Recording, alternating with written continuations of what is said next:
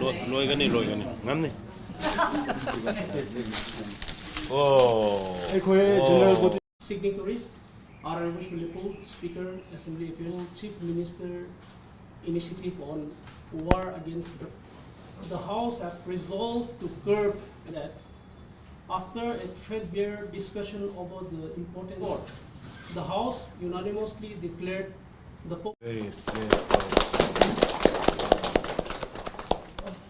Singi silnau mayam di husi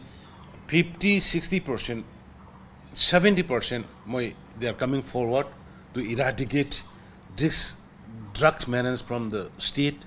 totally. Adudi singi silnau sindi yam husi mangla thorpa hore aduna tampakta leiriba once again tampakta leiriba masibu encourage tawriba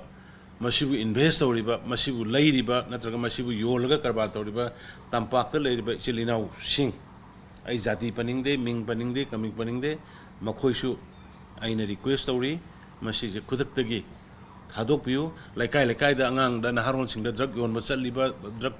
thaba saliba school bhanda yoliba bus da car ka tawriba loina information ayamba koi phange aduna masi ai once again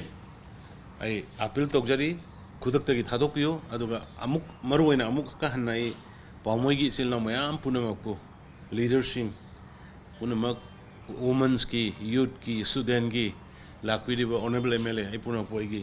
side gi sarkar gi side gi manipur miyam gi side gi war on drugs the mang thana thokpira puidam da pioneer obi ra puidam da ai hanna na thagasari